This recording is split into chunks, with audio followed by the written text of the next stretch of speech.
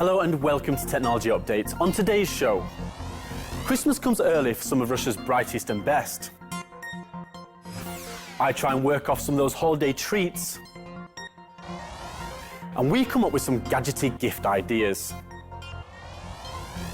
But first, New Year might still be a couple of days off, but there's already plenty of cause for celebration here in Moscow.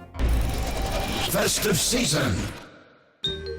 Introduced in 1700 by Peter the Great, New Year was cancelled in 1929 as a bourgeois holiday. Brought back in 35, it's been celebrated in the European style ever since. Opened to the delight of many children in 1957, Detsky Mir was the largest department store in the Soviet Union. It was as much a part of central Moscow as Red Square, and of New Year as Christmas and Olivier's salad. But the store's heyday was over by the 90s and it closed in 2008. Then, in 2012, Russian company House Development started an ambitious project to restore the building to its former glory and secure its place in the memories of future generations. When complete, the glass roof will be framed by over 1,000 meters squared of painted glass depicting famous Russian folk tales. One of the challenges was to gut the inside of the building and shore up the foundations without damaging the original exterior. They solved this by removing the load from the walls and effectively creating a freestanding structure within. But one of the most difficult tasks was agreeing on the final design.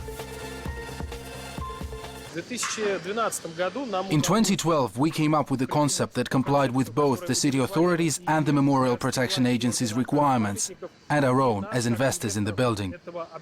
The original was designed by architect Alexey Dushkin. We replicated the style in the interior of this wonderful atrium, and they liked our idea. We developed a completely new concept that would enable us recreate all the best features of this venue and add some new ones. Hopefully, this will be one of the best shopping malls in our country and maybe even in the world. After 6 years, the building has finally reopened as the Centralny Детский Magazin na Lubyanka, or Central Kids Mall. The occasion was celebrated with champagne and a twist of Soviet nostalgia. Careful design of the interior layout has given the building an extra level and boosted floor space to over 72,000 meters squared from 58. Everything else has remained faithful to the original, including the central atrium. But that's not to say that modern tech can't be found there. The idea behind the light show was to cram the store's almost 60 years of history into just 10 minutes.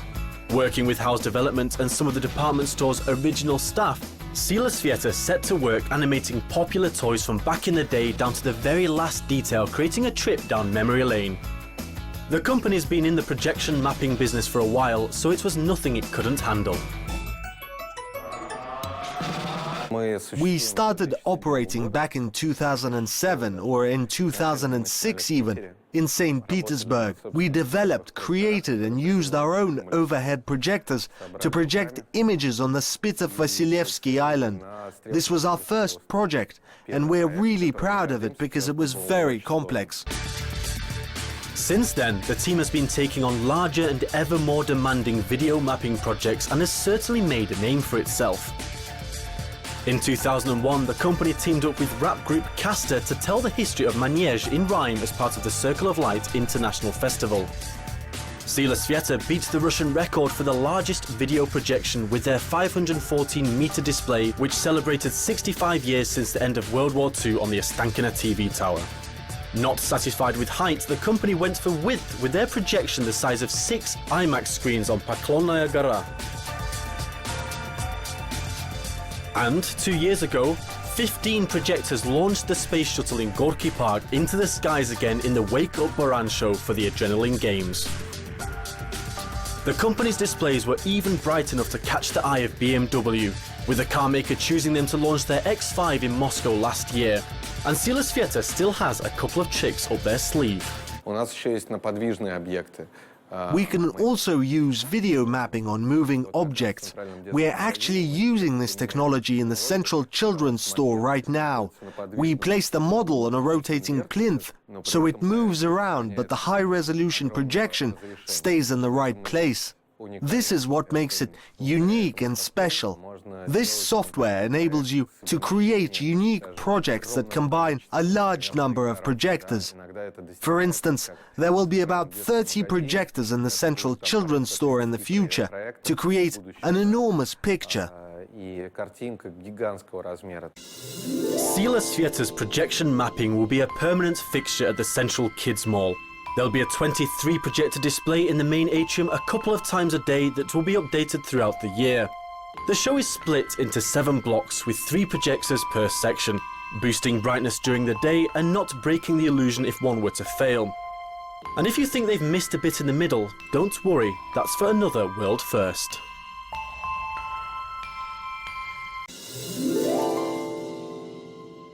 Sila Svieta's displays are certainly impressive, but don't worry when the lights go out, because there'll still be something to look at.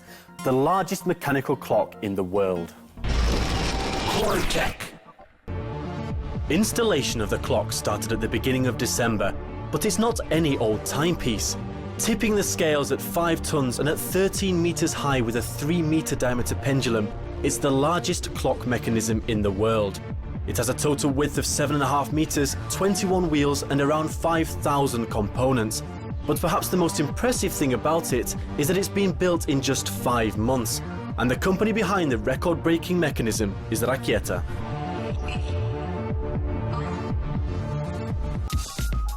Based in Petergov outside of St. Petersburg, and as Russia's oldest factory, the company has a history that's been ticking over for almost 3 centuries. The Petrodvorets watch factory is located on the site of the Petergov lapidary works, which was founded by the Tsar himself in 1721. Instead of cutting and engraving stone, it now produces intricate mechanical timepieces. Rakieta currently has around 15 collections to its name, including one designed by famous Russian supermodel Natalia Vodyanova, as well as a museum dedicated to all the models it's clocked up over the decades. Turn back the hands of time and the watches were originally made under the Pobeda or Victory brand from 1945. They were renamed Rakieta or Rocket in 1961 in commemoration of Yuri Gagarin's historic flight in space. By 1980, the factory employed 8,000 people on 5 production lines, churning out as many as 5 million watches a year. Like so many factories, the watchmakers suffered during the tough economic times in the 90s. But unlike a lot of them, Rakieta survived. The time of the watch factory is far from over. Having become tired of banking and law, 2 investors bought the company in 2009, recognizing the quality, uniqueness and potential of the brand. Since then, the production line has been modernized where necessary and the Rakieta is rising once again. With its sights firmly set on the future, the company is actively preserving and passing on its years of expertise down to the next generation of watchmakers. Rakieta is one of only a handful of manufacturers that make their own movements from scratch, including the ridiculously precise hairspring at the heart of the mechanical movement. This rare set of skills has caught the eye of a country famous for its watches. So we have incredibly precise machines and workers with an incredible know-how.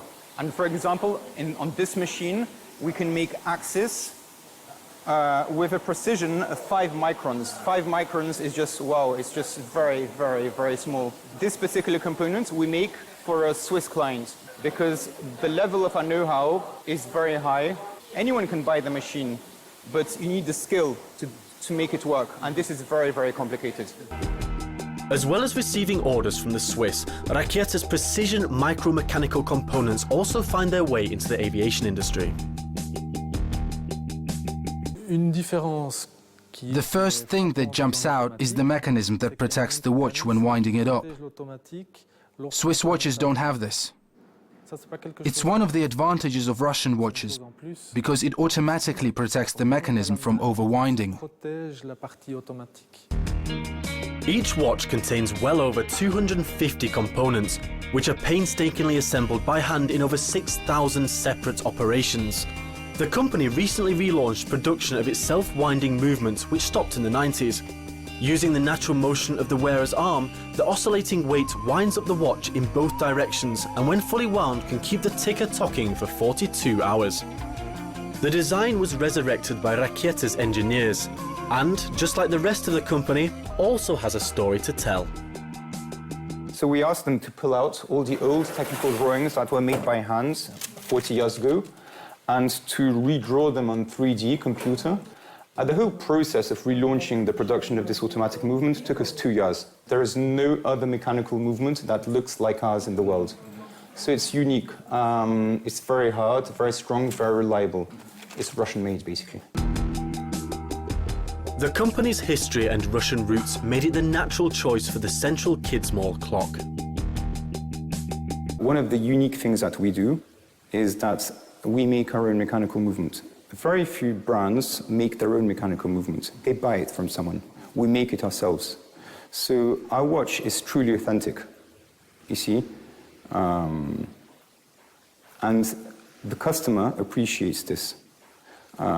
Everything we say about the values of our brand, about our history, is not invented.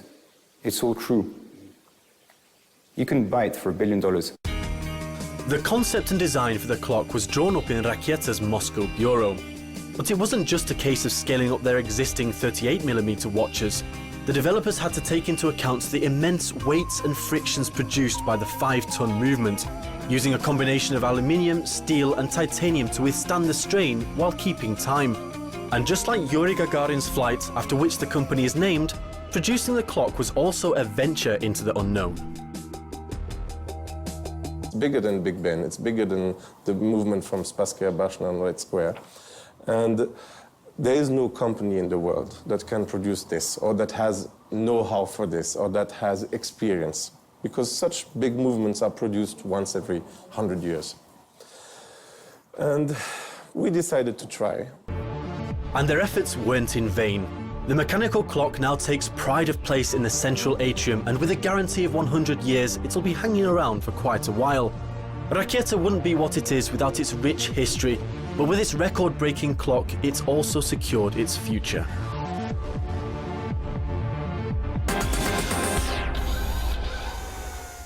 That's just the end of the first half. Join us for more festivities after the break.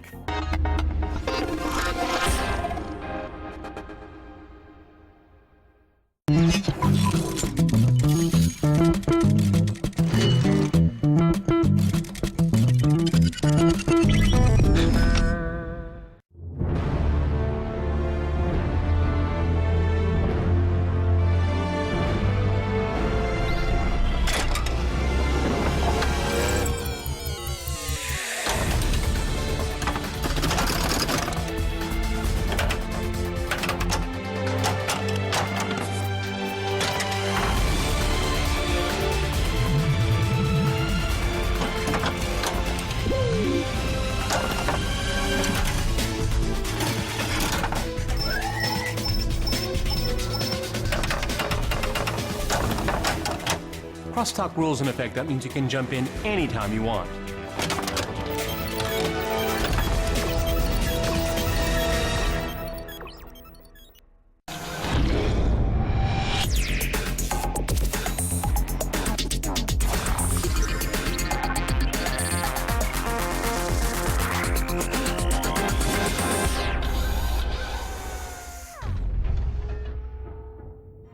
Welcome back. Moscow was host to quite a few award ceremonies over this past month, and Christmas came early for many of Russia's scientists and startups as they celebrated their success. Focal point. The 2014 Startup of the Year award got off to a swinging start at Technopolis Moskva on the 14th of December.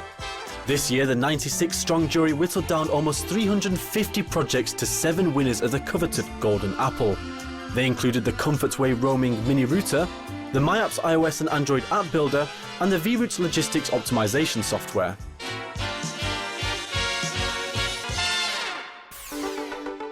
The L'Oréal UNESCO for Women in Science award ceremony took place on the 24th of November.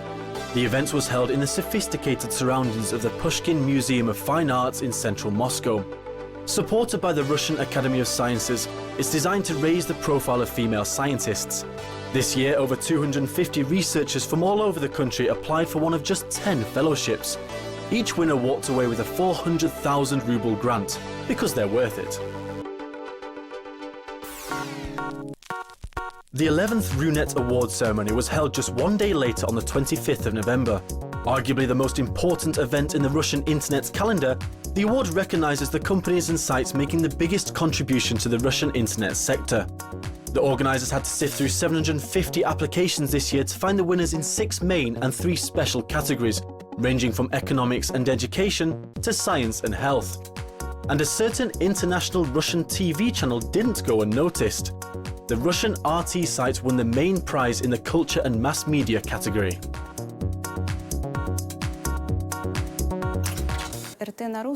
RT Russian is first among all the Russian mass media YouTube channels.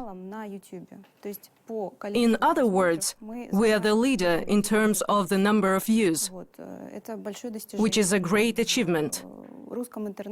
And this makes us one of a kind on the Russian internet. RT has racked up over 2 billion views on YouTube so far, and I'm pretty sure that Technology Update is responsible for quite a few of them. The holidays will soon be over, and let's face it, many of us will have had a few too many mince pies and will be looking to shed some of those extra pounds. Luckily, wearable tech is one of the latest weapons in the Battle of the Bulge. Health check. Wearable technology is continuing to work its way gradually into our daily lives, measuring all our vital statistics, including sleep efficiency, or lack of in this case, and calorie intake. We were lucky enough to get our hands on one of just a few prototypes of the new GoBee Body Manager by HealBee. The smartwatch syncs with the accompanying mobile app over Bluetooth to help you track changes in real time as you go about your daily routine. The device also makes for a pretty good high-tech gym buddy. The GoBee combines accelerometer data with heart rate monitoring to calculate the calories burnt and your metabolic rate during any sort of exercise, so you can make sure you don't overdo it or push for the burn. Time to rehydrate. The device uses all your body data to calculate the precise amount of liquid you need, which with the prototype you currently have to plug into the app. Wearable tech has been around for a while, but it's how the GoBee will measure everything automatically that's the real game changer. A push sensor, impedance sensor and accelerometer lie behind the GoBee's minimalistic face. The blood flow, hydration and activity level information is combined by an algorithm to calculate the user's calorie intake, calories burnt, heart rate, stress and hydration levels and sleep efficiency. HealBee started working on the device 2.5 years ago, and in June this year, the Petersburg company smashed its $100,000 crowdfunding target more than tenfold, and is working hard to get the device on the wrists of those eagerly waiting. The roots of the technology, however, lie in another company, Algorithm, which in 1999 started working on a non-invasive way of measuring glucose levels in the body. In 2012, HealBee joined forces with Algorithm to adapt the technology to monitor calorie intake and calories burnt all through the skin without any user input. The company is putting the finishing touches on the device and hopes to get it on the shelves early next year. The feature that makes our device different from all the others present on the market is the ability to measure calorie intake. Nobody else knows how to do this at the moment apart from us. So this feature, as I've said, is a major advantage of our product. HealBee currently has 5 dedicated research groups, each working on performing the technology for monitoring calories, hydration, heart rate, sleep and stress. When we consume carbohydrates, our bodies convert them into glucose. Insulin triggers cells to absorb the glucose, which in turn changes their liquid balance. The impedance sensor detects this shift, while the flow algorithm calculates how long it takes for the glucose to be absorbed, giving the glucose curve. The higher the protein and fat share, The lower the profile of this curve, it's related to the fact that the consumption of proteins and fats together with carbs slows down the absorption of these components, which leads to the variation of this glucose curve that we observe in each of our tests. The GoBee was put through its paces by a number of medical and sports centres. The accuracy of the wearable was checked simply by giving subjects a controlled amount of calories and seeing what the device registered.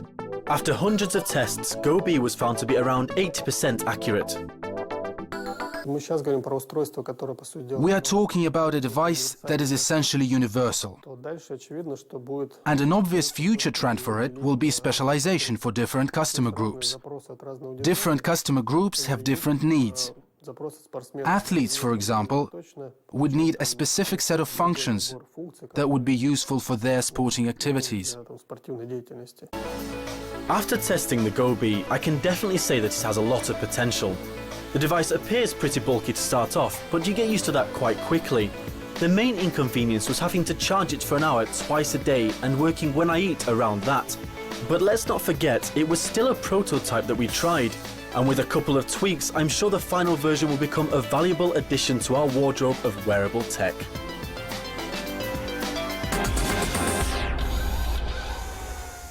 If there's one thing that's a bit of a pain about the festive period, it's deciding what to get people. So if you're tired of exchanging socks, gift vouchers and perfume, we've come up with a couple of ideas that just might help you out. Get gadgeted! Why buy a new one when you can upgrade it? That's the thinking behind our first gadget gift. Surfacy can convert any monitor, surface or even thin air for that matter into a touch screen. The two bars both contain infrared emitters and detectors and use a patented shadow location technology to determine the position of your hand. Initially designed as an alternative to existing touchscreen tech, the scalability of the device made it far more suited to other applications. Starting from upgrading an old monitor to creating huge touch areas up to 4.5 meters high and 8 meters wide. You can even turn a common whiteboard into an interactive touch surface, so your favorite tech show is now only one tap away. The company's software lets you easily mark out active areas and associate actions with them. They're currently working on perfecting the technology and plan to go into mass production and on sale at the beginning of next year.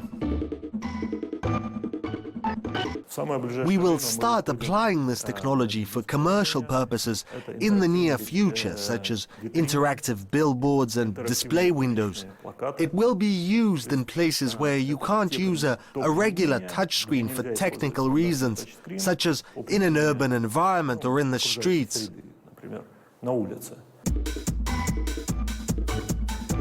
And the potential uses of the tech don't end there. So we took Surfacy around the channel to see what else we could touch up. Starting off with a vending machine, the easy installation could make faffing around with buttons a thing of the past. Giant interactive interfaces appeared in Minority Report, but set in 2054, little did Spielberg know that Surfacy would make it a reality so soon.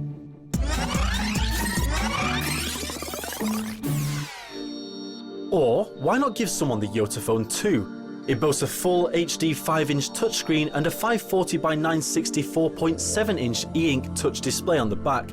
The Android device has 2 GB of RAM, 32 GB of memory and is powered by a 2.6 GB quad-core Snapdragon 800. The grand unveiling of the second incarnation of the world's first dual-screen phone was at the start of the month at a special event in Gorky Park. The Yotaphone 2 is a huge upgrade over its predecessor with bigger and better displays, as well as an improvement in build quality.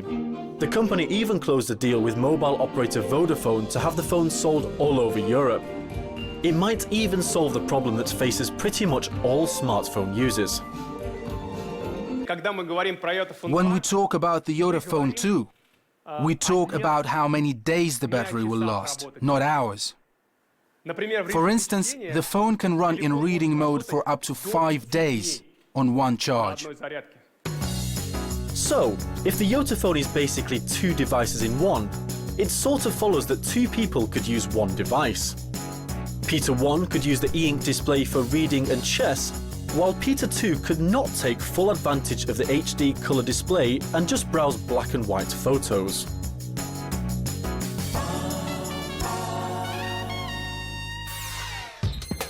The Fibrum 3D virtual reality headset is the third gadget on our Christmas wish list.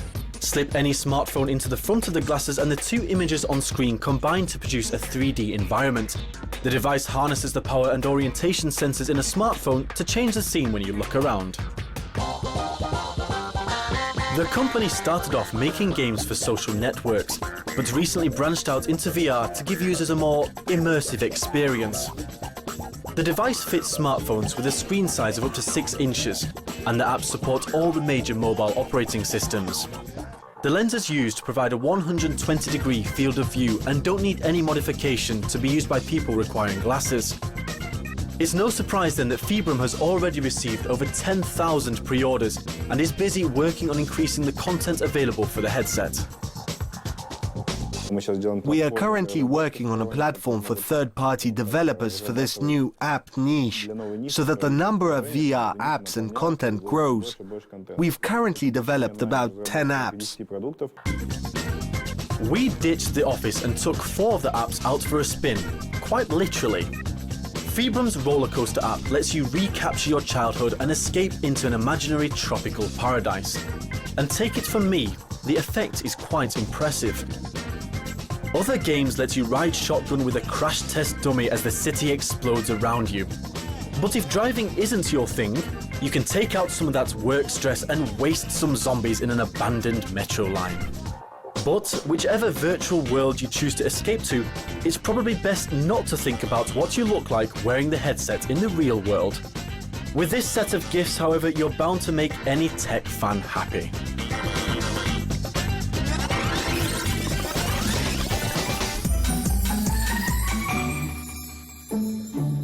I'm afraid that's all for this month's festive technology update and indeed another year of Russian technology. But we look forward to seeing you next year and finding out what 2015 has in store. In the meantime, we'll try our best to keep in touch online, so all that remains for me to do now is to wish you a happy new year. And however you choose to celebrate, enjoy the ride.